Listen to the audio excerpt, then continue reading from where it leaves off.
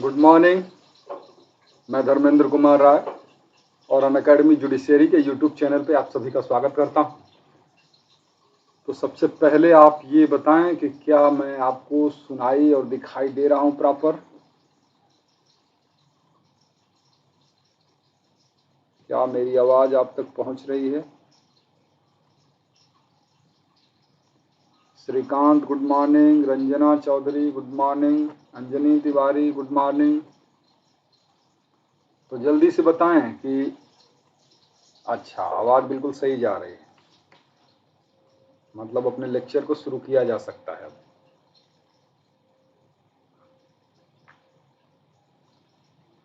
चलिए फिर ठीक है, शुरुआत करते हैं। और अब शुरुआत करते हैं, थोड़ी सी चीज़ें अनअकैडमी के बारे में जान लेते हैं, फिर डिस्कस करेंगे अपने विषय पर। हाँ, जैसा कि आप लोग जानते हैं कि आज का जो टॉपिक है वो डिफेमेशन है। आईपीसी से यानी क्रिमिनल लॉ के अंतर्गत डिफेमेशन क्या है, उन सब चीज़ों की चर्चा करेंगे जो आपके एग्जामिनेशन के लिए ज़रूरी होगा। आपके एग्जामिनेशन में जो जो चीज़ें लिखनी ज़रूरी होंगी, उन सब चीज़ों की चर्चा इस लेक्चर के अंतर्गत होगी। तो शुरुआत करते हैं। इससे पहले कि थोड़ी सी चीज़ें अनअकैडमी के बारे में जान लेते हैं, फिर अपने डिस्कशन पर आते हैं। आप जानते हैं कि अनअकैडमी आपके सपनों को साकार करने का एक माध्यम बना है और इसके माध्यम से आप अपनी मंजिल को पा सकते हैं और बड़े सरल तरीके से पा सकते हैं। सरल तरीके से कैसे?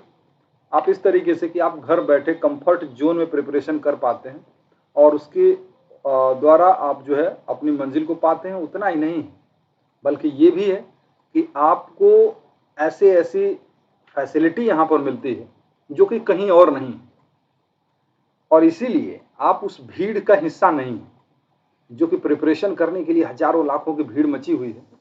आप उस भीड़ से अपने आप को अलग पाते हैं, क्योंकि आपको जो जिस तरीके से प्रिपरेशन कराई जाती है वो कहीं ना कहीं अन्य लोगों की अपेक्षा बेहतर है। अगर हम बात करते हैं कि कौन कौन से सब्जेक्ट लॉ के प्लेटफॉर्म पर पढ़ाए जाएंगे, तो सारे सब्जेक्ट हैं जो लॉ के हैं, पीसीएसजे हो चाहे एपीओ हो चाहे लॉ से रिलेटेड कोई भी एग्जाम हो, जितने भी आपके एग्जाम होंगे और जो जो सब्जेक्ट उसमें सिलेबस में होते हैं वो सारे सब्जेक्ट इस प्लेटफॉर्म पर आपको पढ़ा दिए जाएंगे। उसके बाद अगर बात करें कि यहाँ थोड़ी सी बात ये बता दूं कि अनअकैडमी के प्लेटफॉर्म पर स्पेशल क्लासेस और प्लस क्लासेस, दो तरीके की क्लासेस चलती हैं। स्पेशल क्लासेस वो क्लासेस होती हैं जो सभी लोगों को उपलब्ध होती है फ्री में, यानी जिन लोगों ने सब्सक्रिप्शन लिया है चाहे जिन लोगों ने सब्सक्रिप्शन नहीं लिया है वो स्पेशल क्लासेस का लाभ उठा सकते हैं। और बहुत सारी स्पेशल क्लासेस चलती हैं, माने फ्री क्लासेस भी कम नहीं है, बहुत सारी। दूसरा ये होता है plus classes.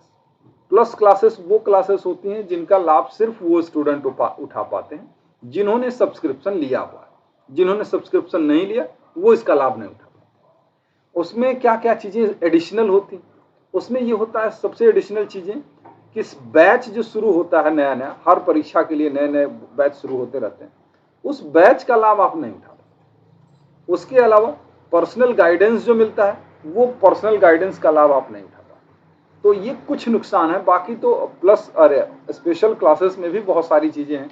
Interactive live classes होती रहेंगी, लर्नर्स के साथ पोल होता रहता है। आपको कोई बात अगर समझ में नहीं आती तो आप हैंड रेज कर सकते हैं क्लास के दौरान। क्लास आपकी मिस होती नहीं क्योंकि नोटिफिकेशन भी जाएगा क्लास शुरू होने से पहले। नोट्स आपको मिल जाते हैं, उससे आप अपना नोट्स को अच्छा सा बना सकते हैं। कहीं भी कभी भी बैठ के प्रिपरेशन की जा सकती है। तो ये सारी चीजें हैं इस प्लेटफॉर्म पर, इतनी सारी सुविधाएं हैं जिसका लाभ एक स्टूडेंट उठा सकता है। दीपमाला जी प्रणाम, मधु प्रणाम, संगीता गुड मॉर्निंग, राज नमस्कार। तो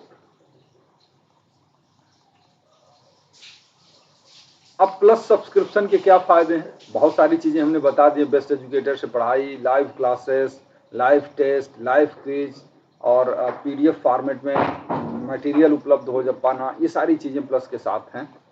और फिलहाल अगर हम बात करें, जैसे आज अगर हम लोगों की 17 अगस्त है, तो ये 12, 18 और 24 मंथ के अगर प्लान लिए जाएं,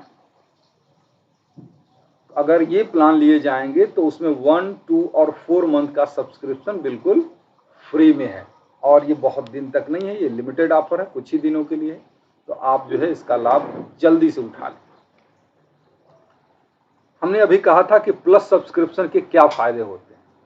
प्लस सब्सक्रिप्शन का फायदा ये होता है कि जितने भी बैच शुरू होते हैं और समय समय पर बैच शुरू होते हैं आपकी सुविधा अनुसार, जैसे 4 अगस्त से एक बैच, 18 अगस्त से एक बैच, 11 अगस्त से एक बैच, 7 जुलाई से एक बैच, 9 जून से एक बैच, 14 जुलाई से एक बैच, इतने एकदम से करंट बैच हैं जो शुरू हुए हैं और जो शुरू होने वाले हैं। तो ये सारे बैच हैं, इनका लाभ आप उठा सकते हैं, लेकिन उसके लिए वही प्लस का सब्सक्रिप्शन लेना होगा। अब हम बता देते हैं कि आखिर सब्सक्रिप्शन जो है कि क्या प्राइसिंग प्लान है। 1 month, 3 month, 6 month, 12 month, 18 month, 24 month, कोई भी प्लान अपनी कन्वीनियंस के हिसाब से आप ले सकते हैं, आपको जो सूटेबल आपकी परिस्थितियों में ठीक लगे।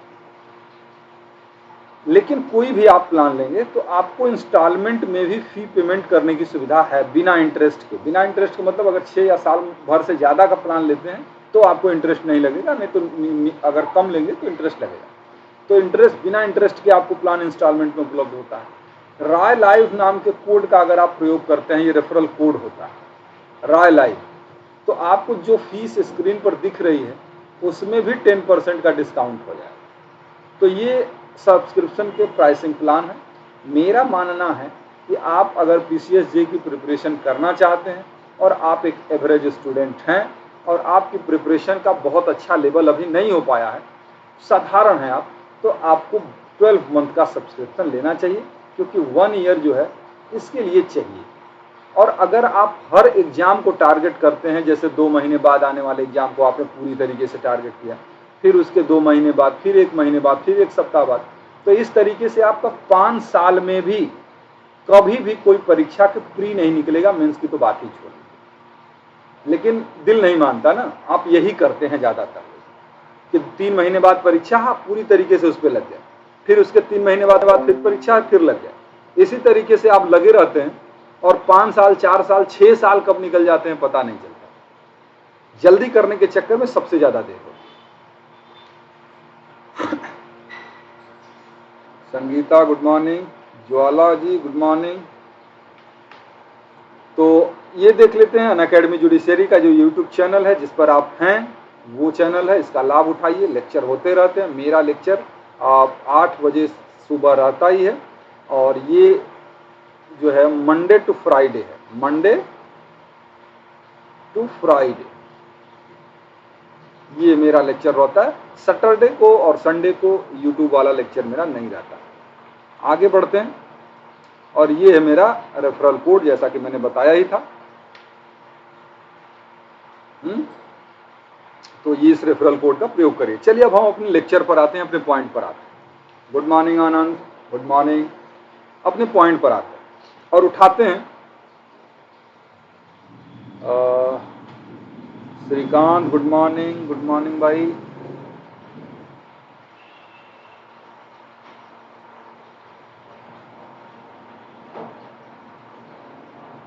तो ये टॉपिक है आज हम लोगों का, डिफेमेशन।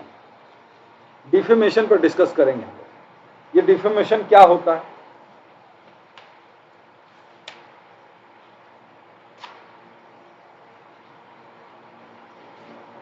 ठीक है। डिफेमेशन क्या होता है ये देख लेते हैं। डिफेमेशन की बात करते हैं तो ये IPC के सेक्शन 499 से लेके 502 तक ये डिफेमेशन चलेगा। डिफेमेशन से संबंधित पढ़ना है आपको, स्पेशली 499 ही होता है, साथ में 500 भी पढ़ लेते हैं। गुड मॉर्निंग नीतीश, ठीक है। देखिए ये डिफेमेशन जो एक ऐसा ऑफेंस है, जब हम IPC की बात करें तो ऑफेंस ही होगा। तो डिफेमेशन एक ऐसा ऑफेंस होता है जो सिविल रॉन्ग भी होता है और यही चीज क्रिमिनल भी होती है। सिविल रॉन्ग भी जैसे न्यूसेंस नहीं होता है, ऑफेंस भी होता है, प्राइवेट रॉन्ग भी होता है, उसी तरीके से डिफेमेशन भी है, सिविल रॉन्ग भी है और क्रिमिनल भी है। ध्यान इसमें ये देना है कि क्या इसमें हम दोनों चीजें ले सकते हैं? बिल्कुल ले सकते हैं। यानी सिविल लॉ के अंतर्गत डिफेमेशन के लिए आप सूट फाइल करके कंपनसेशन भी ले सकते हैं, और क्रिमिनल लॉ के अंतर्गत आप उस व्यक्ति को जेल भी भिजवा सकते हैं, उस पर जुर्माना भी लगवा सकते हैं। लेकिन थोड़ा सा अंतर है सिविल और क्रिमिनल में। सिविल में डिफेमेशन करने के लिए इंटेंशन का कोई रोल नहीं होता, लेकिन क्रिमिनल मामले में इंटेंशन या नॉलेज होनी चाहिए। बात समझ रहे हैं? क्रिमिनल मामलों में तब तक डिफेमेशन का ऑफेंस नहीं बनेगा जब तक कि उसके लिए आपका इंटेंशन ना हो। ठीक है, चलिए हम लिटरली समझते हैं पहले कि आखिर ये मानहानि होता क्या है। एक विद्वान थे अंडरहिल, बहुत सारे लोगों की डिफिनीशन थी लेकिन हमने नहीं लिखी, क्योंकि बेमतलब का यहाँ उपन्यास की तरह, नॉवेल की तरह चीज़ों को इकट्ठा कर देना बहादुरी नहीं है, उतना ही कंटेंट्स दें जितना आप लिख पाए। तो अंडरहिल के अनुसार क्या है कि मानहानि प्रतिष्ठा को कलंकित करने वाला ऐसा मिथ्या कथन है जिसका प्रकाशन किया गया है और ऐसे कथन से किसी व्यक्ति की प्रतिष्ठा को क्षति पहुंचती है, और ऐसे कथन को प्रकाशित करने का कोई विधिक औचित्य नहीं होता। तो वो क्या होता है? वो मानहानि होता है। देखिए इसमें हमने क्या चीज का, मानहानि किसको नुकसान पहुंचाता है? प्रतिष्ठा को। क्या करता है? कलंकित करता है। कथन कैसा होता है? कथन कैसा होता है? कलंकित करने। और क्या होता है? प्रकाशन उसका होता है। कथन कैसा होता है? मिथ्या। तो अगर कोई पर्सन कोई ऐसा स्टेटमेंट देता है जिस स्टेटमेंट से किसी पर्सन के रेपुटेशन को हार्म होता है, तो आखिर कोई गलती तो कर रहा है ना। तो वो गलती है डिफेमेशन की, और ये चूंकि सिविल रॉन्ग भी है तो आप कंपनसेशन भी ले सकते हैं, और अगर क्रिमिनल भी है इसलिए आप उसमें जेल भी भजवा सकते हैं। तो ये बात समझ में आई कि किसी पर्सन के रेपुटेशन को हार्म करने वाला स्टेटमेंट, फॉल्स स्टेटमेंट, जो बिना रीजनेबल कारण के अगर उसको पब्लिश किया गया है तो वो डिफेमेशन होता है। तो ये अंडरहिल महोदय ने डिफिनीशन दे दी। अब हम इससे आगे बढ़ते हैं। प्रशांत नमस्ते, नमस्ते। उससे आगे बढ़ते हैं। अब हम ये देखेंगे कि सेक्शन नंबर 499 में क्या डिफिनीशन दी गई। सेक्शन 499 में डिफेमेशन की डिफिनीशन दी गई है, उसको एक बार आप पढ़िए, उसको एक बार आपको पढ़ना पड़ेगा। और वो है ये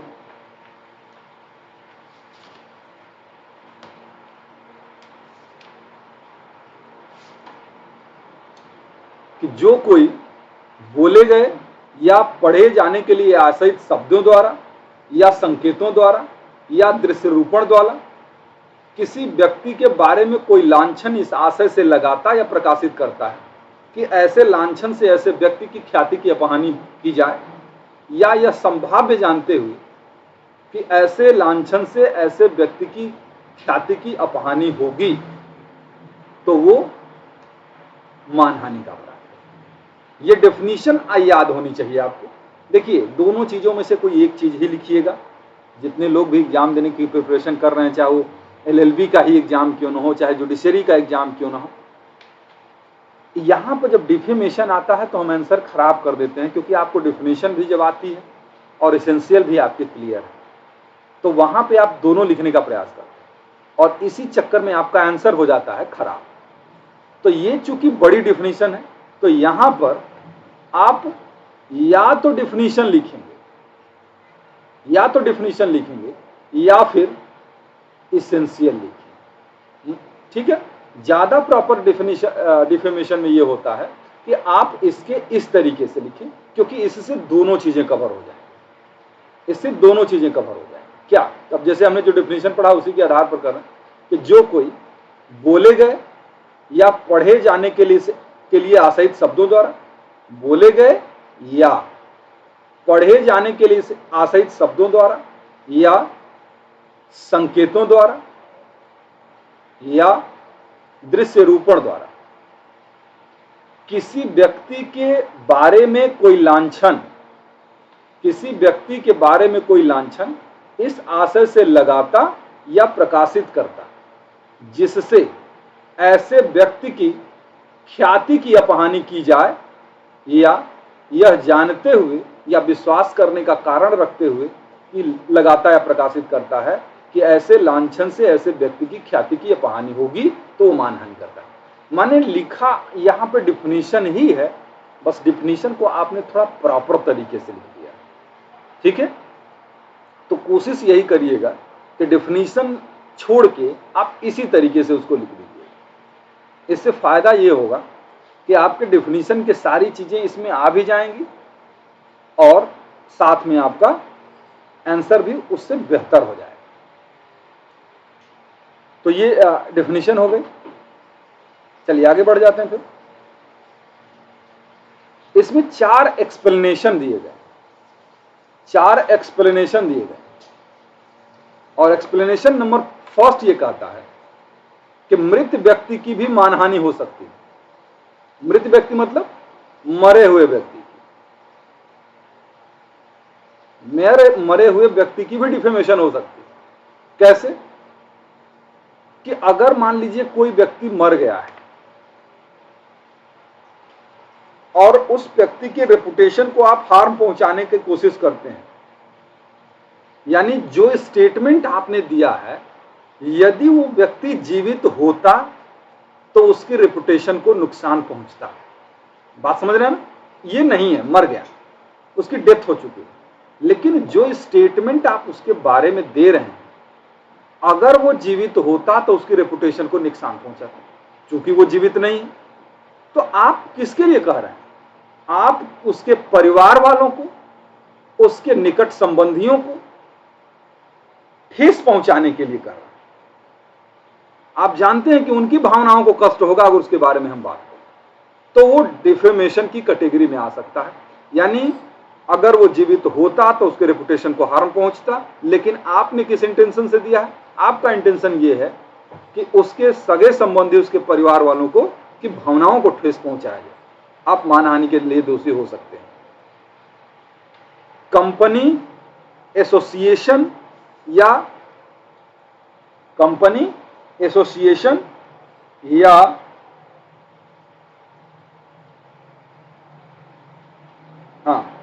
collection of person, company association और collection of person, company association और कलेक्शन ऑफ पर्सन की जो है मानहानि हो सकती है। ठीक है, तो मानहानि हो सकती है, ये एक्सप्लेनेशन नंबर 2 कहता है। यानी किसी कंपनी के बारे में भी कि इस कंपनी का माल एकदम से खराब होता है, ये डिफेमेशन है। इसी तरीके से अनुकल्प के रूप में व्यंग्योक्ति मानहानि हो सकती है। मैं समझाऊंगा इन सब चीजों को अच्छे से कि ये सब चीजें हैं क्या, बस अभी देख रहे हैं हम। तो अनुकल्प के रूप में इनोइंडो वगैरह आप जानते हैं, तो अनुकल्प के रूप में या व्यंग्योक्ति जो है वो भी मानहानि हो सकती है। लेकिन एक चीज ध्यान रखिएगा कि मानहानि तभी होगी जब वो स्टेटमेंट इस नेचर का होगा कि वो किसी पर्सन के रेपुटेशन को हार्म पहुंचाने की का स्तर रखता, यानी किसी पर्सन के रेपुटेशन को हार्म पहुंचाने की प्रकृति रखने वाला जो स्टेटमेंट होगा, उसी स्टेटमेंट से किसी की रेपुटेशन को हार्म हो सकता है और डिफेमेशन की कैटेगरी में आए। अगर हम कोई ऐसी बात बोलते हैं जो आपको तो अच्छी नहीं लगती, लेकिन किसी के आपकी इमेज का पर बुरा असर नहीं पड़ता, आपको अच्छी नहीं लगी लेकिन फिर भी आपकी इमेज पे बुरा असर डालने वाला नहीं है, तो वो डिफेमेशन नहीं होगा। एक्सप्लेनेशन नंबर 4 यही बात करता है। इसके नंबर याद कर लेते हैं। पहली चीज, डेथ पर्सन का भी डिफेमेशन हो सकता है, कंपनी का भी डिफेमेशन हो सकता है, डिफेमेशन इनोइंडो के द्वारा भी हो सकता है, और डिफेमेशन तभी होगा जब वो स्टेटमेंट इस नेचर का होगा कि उस पर्सन को वो नुकसान पहुंचा सकता है, उसके रेपुटेशन को नुकसान पहुंचा सकता है।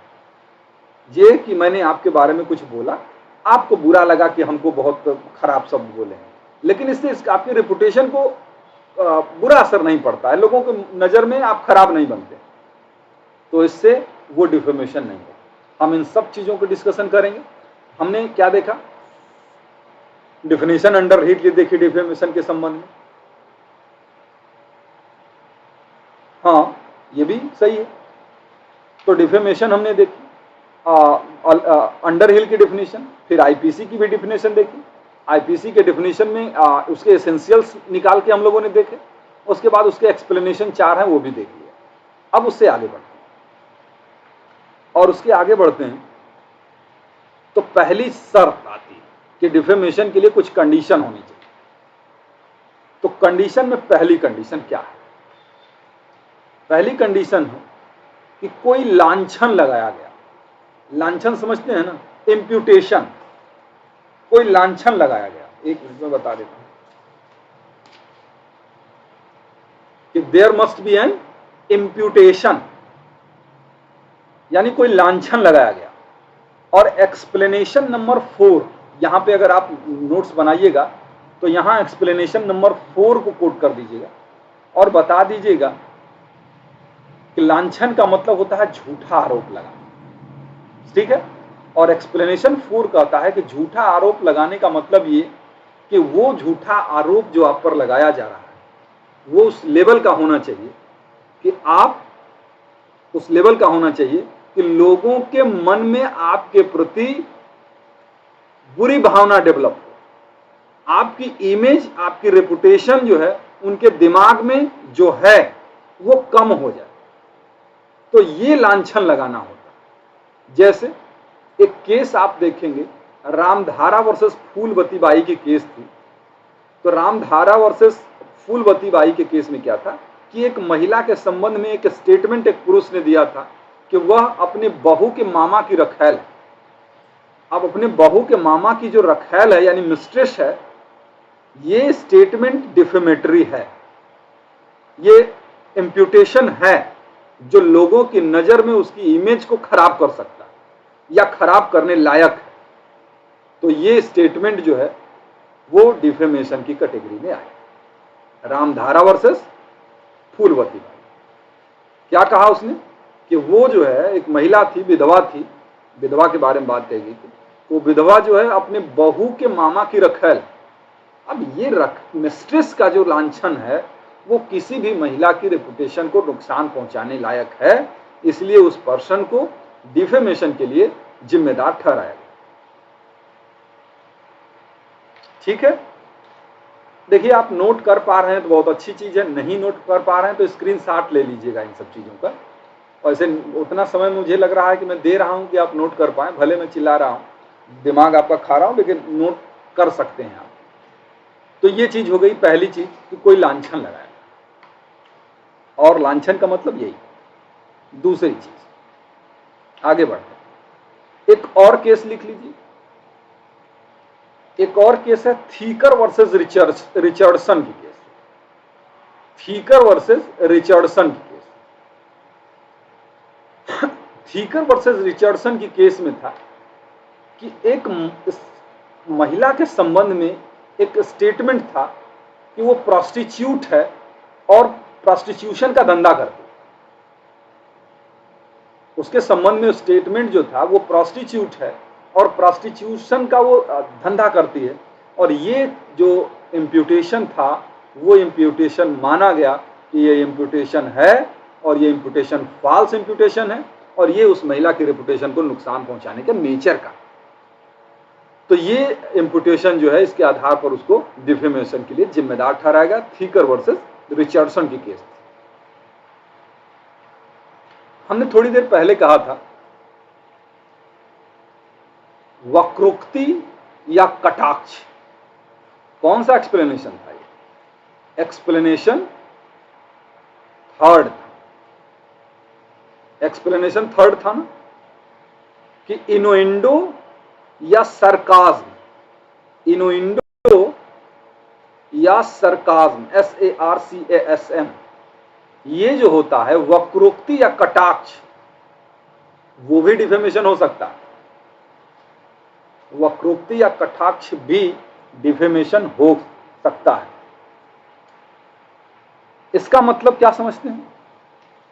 इसका मतलब ये होता है कि ये जो इनोइंडो होती है ना, वो प्राइमा फेसी डिफेमेटरी नहीं होती, प्राइमा फेसी डिफेमेटरी नहीं होती, लेकिन जिस सरकमस्टांसेस में जिस इंटेंशन को ध्यान में रखते हुए वो कहा जाता है, वो डिफेमेटरी उसको बना देता है, क्योंकि प्राइमा फेसी वो नहीं है। जैसे है ना कि आपने नकाब पहना हुआ, तो आपका फेस जो दिखाई दे रहा है वो नहीं है, आप एक्चुअल में आप दूसरे आदमी। ठीक वैसे ही यहां भी जो स्टेटमेंट दिए जाते हैं, वो स्टेटमेंट जो है डिफेमेटरी, प्राइमा फेसी डिफेमेटरी नहीं होते, लेकिन जिन सरकमस्टांसेस में भी वो किया जाता है, वो सरकमस्टांसेस उसे रॉन्गफुल बना देते, वो अपराध बना देते। जैसे मैं बताऊं, चलिए, बात अगर चोरी की हो रही हो, चोरी की बात हो रही हो और ये कहा जाए कि मास्टर आदमी, तो ये मास्टर आदमी होना कोई गलत बात थोड़ी है। हम भी मास्टर हैं, बहुत ज्यादा गलत काम तो कर नहीं रहे होंगे। तो ये मास्टर आदमी है, चाहे गुरु आदमी है, ये स्टेटमेंट प्राइमा फेसी डिफेमेटरी तो नहीं है, लेकिन जिस सेंस में वो बोला गया है कि वो मास्टर आदमी है, किस चीज में मास्टर? चोरी करने में, बेईमानी करने में मास्टर आदमी, गुरु आदमी, तो जो चीज आप जिस चीज की संज्ञा दे रहे हैं वो उसको डिफेमेटरी बना दे।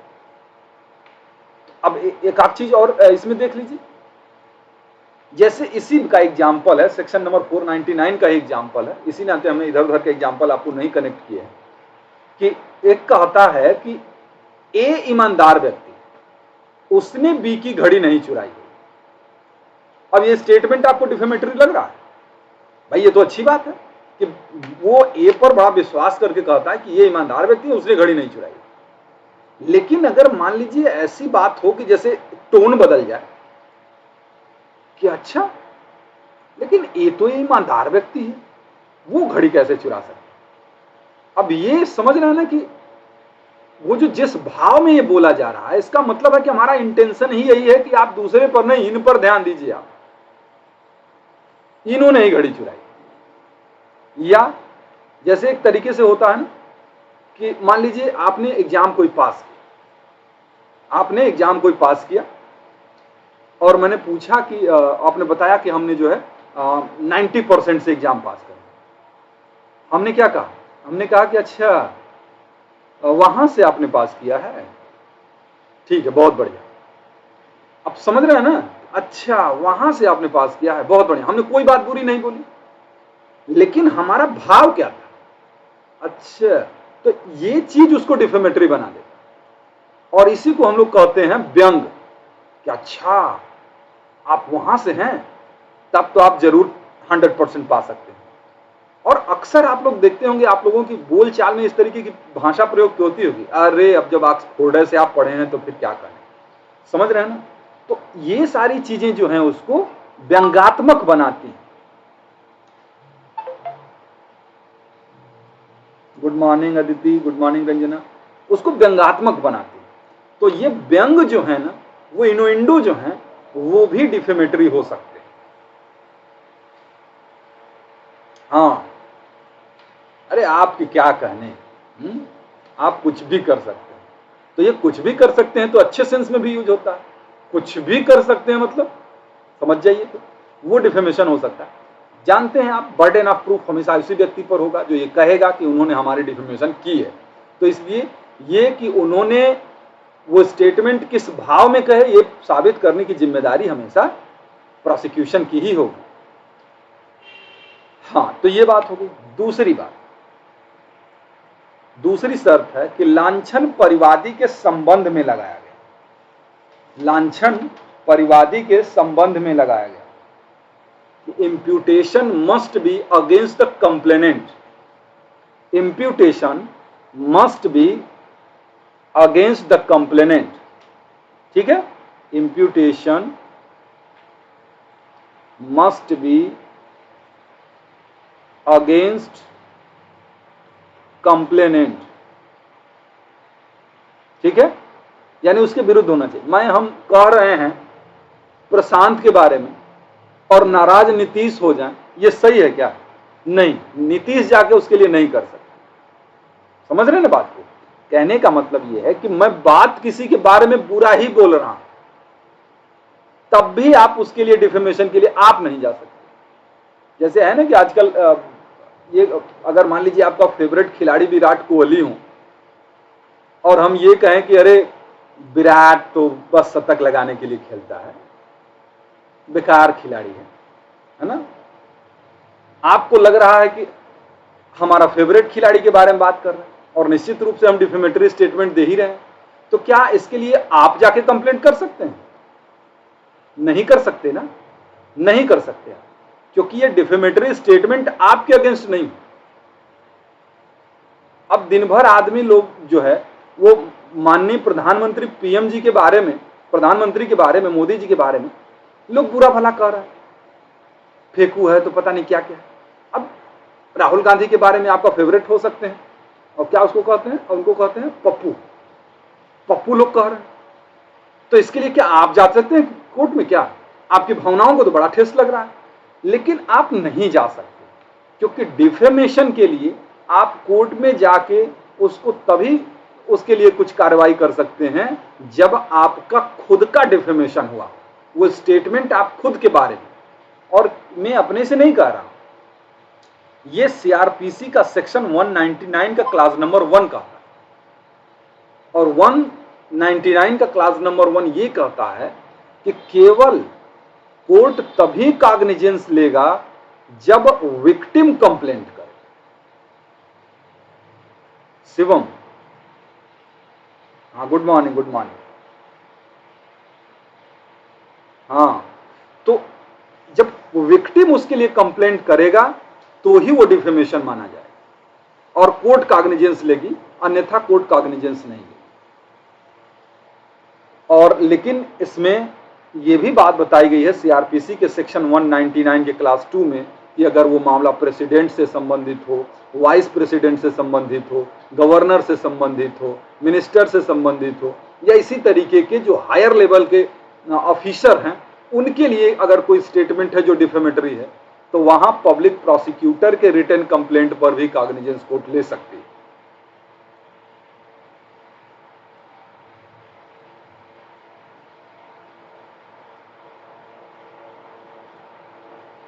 हाँ, वो पर्सनली जब तक आपके बारे में नहीं बोला जाएगा तब तक आप उसमें कोई शिकायत नहीं कर सकते, उसमें कंप्लेंट होगी ही नहीं, वो कॉग्निजेंस कोर्ट लेगा ही नहीं। और ये प्रोविजन कहता है क्रिमिनल लॉ का, प्रोविजन ही कहता है कि कॉग्निजेंस कोर्ट नहीं लगी जब तक विक्टिम उसके लिए कंप्लेंट न करे। हालांकि उसके कुछ एक्सेप्शन भी हैं, लेकिन जनरल रूल यही है। अब हम जब डिफेमेशन पढ़ रहे हैं तब उसमें सीआरपीसी के एक्सेप्शन की चर्चा करेंगे नहीं।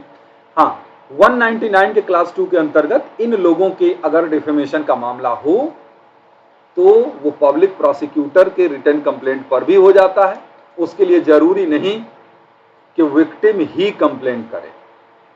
ठीक है बेटा, ये क्लास जो होती है हमारी 8 बजे से होती है 8:45 तक रोज रहती है। आगे बढ़ें।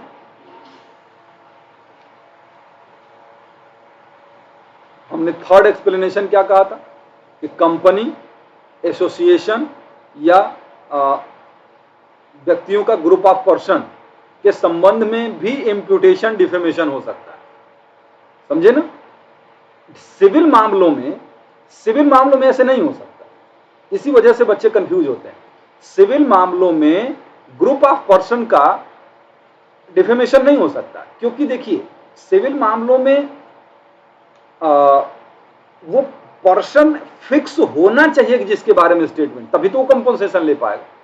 लेकिन डिफेमेशन जो क्रिमिनल मामले हैं उसमें ऐसा जरूरी नहीं होता, स्ट्रिक्टली वैसा जरूरी नहीं है। हाँ, सिविल में भी डिफिनेशन होगा, सिविल में भी डिफिनेशन होगा, वहां तो डिफेमेशन आपने इंटेंशनली न भी बोला हो ना तब भी हो जाएगा डिफेमेशन, अगर वो रेपुटेशन को नुकसान पहुंचाता है।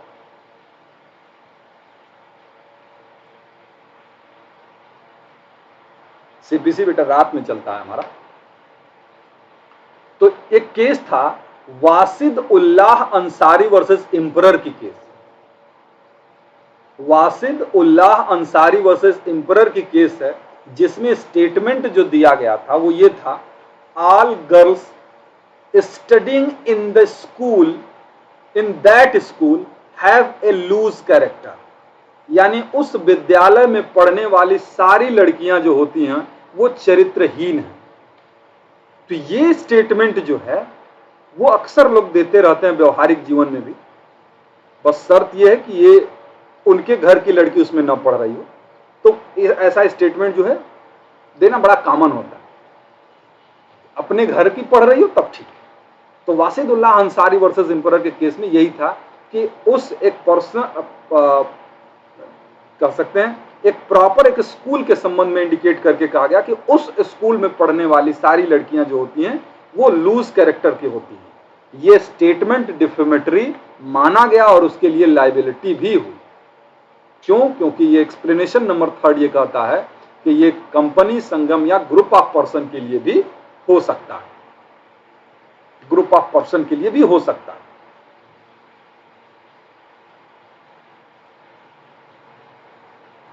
हाँ, देखिए ग्रुप ऑफ पर्सन उसके लिए जिम्मेदार होगा ना, उसके लिए सिविल लाइबिलिटी तो बनी जाएगी, उसके लिए सिविल लाइबिलिटी तो बनी जाएगी। और अभी हम एक और केस बताते हैं ना, मतलब जब ग्रुप ऑफ पर्सन बहुत बड़ा हो तब वो चीज नहीं बन पाएगी। यानी जब आप क्लेरिफाई नहीं कर पाते ग्रुप ऑफ पर्सन बहुत बड़े, जैसे अभी Asha Parekh versus state of Bihar की जो case, Asha Parekh versus state of Bihar के केस में कहा गया था कि advocates to be liars and dishonest, यानी जो होते हैं सारे वकील क्या होते हैं? झूठे होते हैं और बेईमान होते हैं। या NL Shah versus MR Patel के केस में कहा गया था एक न्यूज़पेपर में कि advocate has been referred as कंजिया दलाल, कंजिया दलाल के रूप में उस पेपर में स्टेटमेंट था। तो वो चीजें जो थी, ये वकील होना, पुलिस का बेईमान होना, इस तरीके की चीजें जो हैं ये ग्रुप ही नहीं रहा। ये इतना बड़ा ग्रुप है जिसमें पर्सन को क्लैरिफाई कर पाना बड़ा मुश्किल है, इसलिए ये डिफेमेटरी स्टेटमेंट नहीं। बात समझ रहे हैं ना कि ग्रुप ऑफ पर्सन का मतलब उनकी एक सीमा है। जैसे स्कूल है, 10, 20, 50 लोग हैं, वहां तक तो कोर्ट मान लेती है, लेकिन एक बड़े वर्ग को जब बोला जाता है, जैसे वकील है, पुलिस है ना, अगर जैसे वही स्कूल में हमने कहा था ना कि स्कूल में था ना कि उस स्कूल में पढ़ने वाली लड़कियां सही नहीं होती, ये चीज तो डिफेमेटरी था। लेकिन ये कोई कहे कि पढ़ने वाली लड़कियां ऐसी नहीं होती, ये इतने बड़े ग्रुप के बारे में हमने बात कर दी कि वो स्टेटमेंट डिफेमेटरी नहीं माना जाए।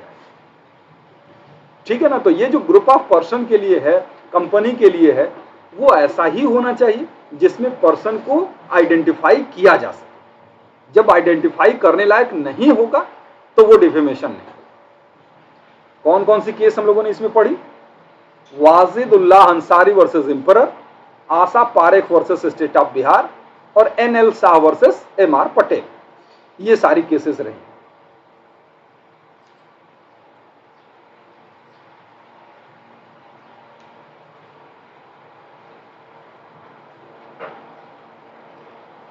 हाँ बेटा, उसकी विशेषता अब दूसरे लोग नहीं समझ पाएंगे ना। एडवोकेट होना या एडवोकेट की जो विशेषता है, उस विशेषता को दूसरे लोग नहीं समझ पाएंगे। और दूसरे लोग क्या, अगर हम लोग यही कहें कि मूर्ख लोग नहीं समझ पाएंगे, तो क्या ये डिफेमेशन होगा?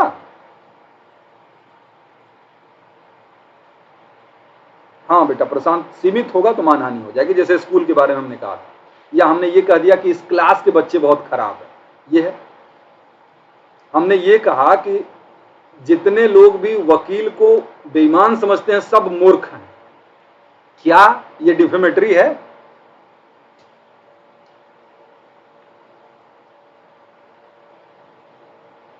ये डिफेमेटरी नहीं होगा, क्योंकि मूर्खों की जो संख्या है उसको आप आइडेंटिफाई नहीं कर सकते। बहुत बड़ा वर्ग है मूर्खों का, बहुत बड़ा वर्ग है मूर्खों का, है ना?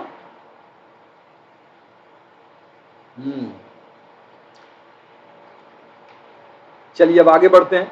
हमने शुरू में ही बताया था एक्सप्लेनेशन नंबर 1 पे कि जो व्यक्ति मर गया है क्या उसकी भी डिफेमेशन हो सकती है? तो इसका जवाब है यस। उसकी भी हो सकती है। मरे हुए व्यक्ति की भी मानहानि के लिए आप जिम्मेदार ठहराया जा सकता है। जब वो कहाँ है एक्सप्लेनेशन फर्स्ट कि वो स्टेटमेंट जो है, जो इम्प्यूटेशन है, इम्प्यूटेशन ऐसे नेचर का होना चाहिए कि यदि वो व्यक्ति जीवित होता तो मानहानि हो जाती। एक बात पूरी कि वो स्टेटमेंट इस नेचर का होना चाहिए कि वो पर्सन अगर जीवित होता तो वो डिफेमेशन हो जाता। चूंकि वो जीवित नहीं, किया किस इंटेंशन से है? इस आशय से किया गया हो कि उसके परिवार एवं नजदीकी रिश्तेदार को क्षति करने के इरादे से किया गया, उनको भावनाओं को ठेस करने के इरादे से कहा गया। ठीक है, तो अब जैसे मान लीजिए एक पर्सन है और मान लीजिए पुलिस डिपार्टमेंट, और पुलिस डिपार्टमेंट में है और उसको किसी कारण से गोली लग जाती है, मर जाता है। अब उसके परिवार को दुखी करने के इरादे से आप कहते हैं कि हाँ तो घूस लेंगे तो मारे ही नहीं जाएंगे, नहीं तो पुलिस में तो और भी लोग हैं, कौन मर रहा है? कोई मर रहा है, लेकिन ये ज्यादा पैसा कमाने के चक्कर में पड़ गए होंगे। तो ये स्टेटमेंट कैसा? अगर वो जिंदा होता तो उसकी रेपुटेशन को नुकसान पहुंचाता, लेकिन ये कह क्यों रहे हैं आप? इसलिए कह रहे हैं कि ताकि इससे जुड़े हुए जो व्यक्ति हैं, इसके जो परिवार वाले, उन लोगों के भावनाओं को पर बुरा असर, तो ये डिफेमेशन हो जाता है। आपको प्री के लिए ये चीज ध्यान रखना है कि डेथ जिनकी हो चुकी है उसका भी डिफेमेशन हो सकता है। कहां ये बात बताई गई है? एक्सप्लेनेशन नंबर फर्स्ट में। क्या लिखा है आपने? कहीं लिखा है क्या मैंने? त्रुटि मतलब अगर आपने लिखा है तो त्रुटि का मतलब होता है गलती, मिस्टेक, लेकिन हमने कहीं लिखा है क्या? नहीं, लिखा नहीं।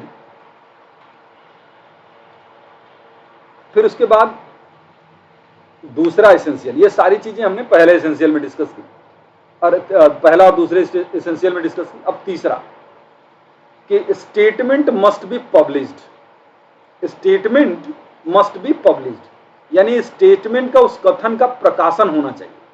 जो इम्प्यूटेशन लगाया गया है उस इम्प्यूटेशन का पब्लिकेशन होना चाहिए। और पब्लिकेशन का मतलब एक ने लगाया और जिसके बारे में लगाया उनके अलावा कोई भी थर्ड पर्सन के नॉलेज में जानी चाहिए वो बात, तो पब्लिकेशन होता है। अगर एक रूम में बंद करके खूब भरा बुरा आप कहते हैं किसी को, वो डिफेमेशन नहीं है, वो डिफेमेशन नहीं हो पाएगा क्योंकि उसका पब्लिकेशन नहीं हुआ ना।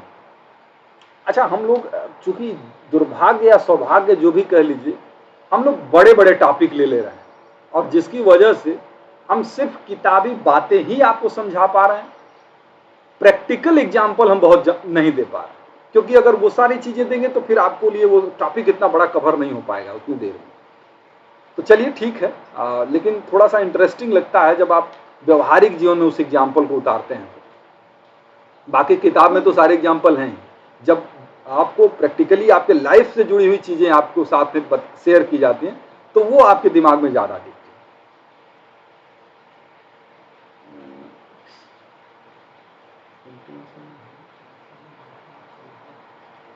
अच्छा अच्छा अच्छा,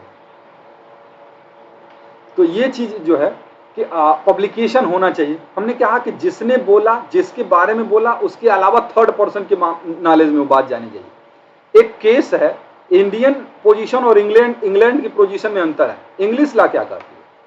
बेनास्वक वर्सेस मॉर्गन, बेनास्वक वर्सेस मॉर्गन की जो केस थी, इसमें वहां जो कोर्ट थी माने इंग्लिश लॉ के अंतर्गत हस्बैंड वाइफ के सामने पब्लिकेशन नहीं माना जाता। जैसे ए ने बी के बारे में बुरा कहा और यहां ए की वाइफ होती, वाइफ ने सुना, पब्लिकेशन है कि नहीं है? तो इंग्लिश लॉ के अंतर्गत पब्लिकेशन नहीं। हस्बैंड और वाइफ इस पर्पज के लिए सिंगल पर्सन माने जाते हैं, और वाइफ ने अगर किसी पर्सन को कहा, वहां पे हस्बैंड भी है, तो हस्बैंड के सामने कोई बात कहना पब्लिकेशन नहीं है। तो ये चीज इंग्लैंड के लॉ के अंतर्गत। भारत में ऐसा कोई नियम नहीं, इंडिया में ऐसा कोई नियम नहीं है।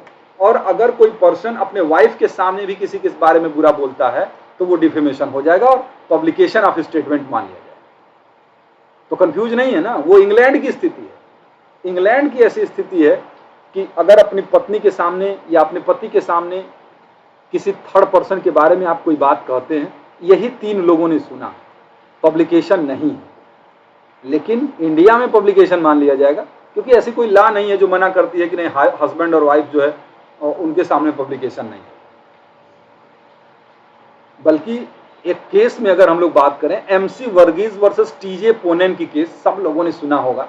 ये एविडेंस एक्ट के सेक्शन 122 में आप लोग पढ़ते होंगे। MC वर्गीज वर्सेस TJ पोनेन, उसमें कहा गया था कि कोई थर्ड पर्सन जो है ना, थर्ड पर्सन है, वो डिफेमेशन हो जाता है।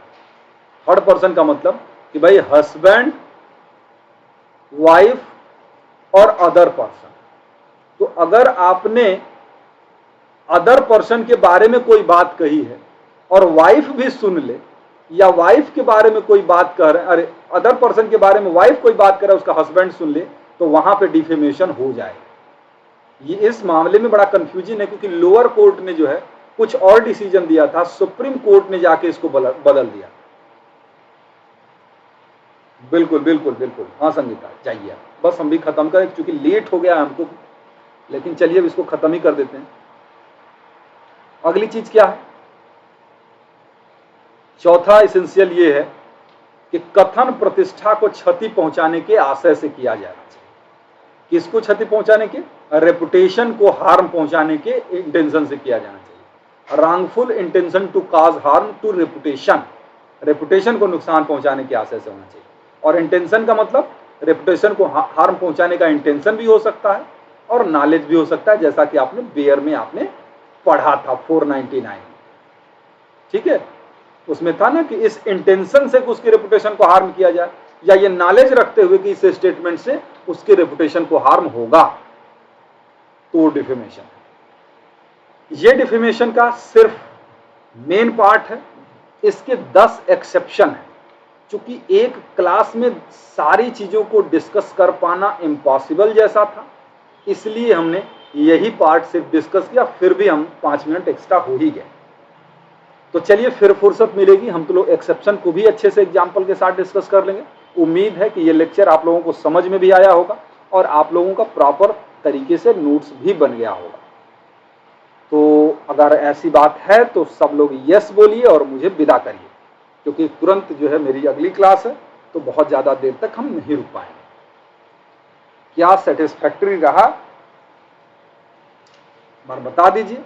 आप लोगों को देखिए मैं कितना कम परेशान करता हूँ, बहुत कम पार्टिसिपेट कर पाता हूँ, ताकि हम चाहते हैं कि ज़्यादा से ज़्यादा आप लोगों को चीज़ें मिलें।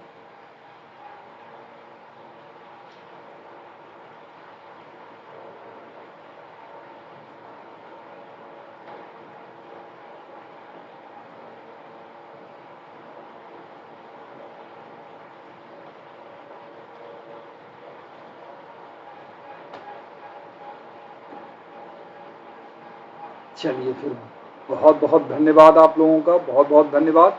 तो अब हम इस सेशन को यहीं पे समाप्त करते हैं, फिर अगले टॉपिक के साथ कल आप लोगों से मिलेंगे। तब तक के लिए बाय बाय। ये मैं अपने चैनल पे करा दूंगा, जो राज जुडिशियल क्लासेस का मेरा चैनल है ना, मैं उस पर करा दूंगा, क्योंकि इस चैनल पे पहले से शेड्यूल देना पड़ता है, अचानक से देखिए आप नहीं करवा सकते। ठीक है, चलिए बाय बाय, थैंक यू।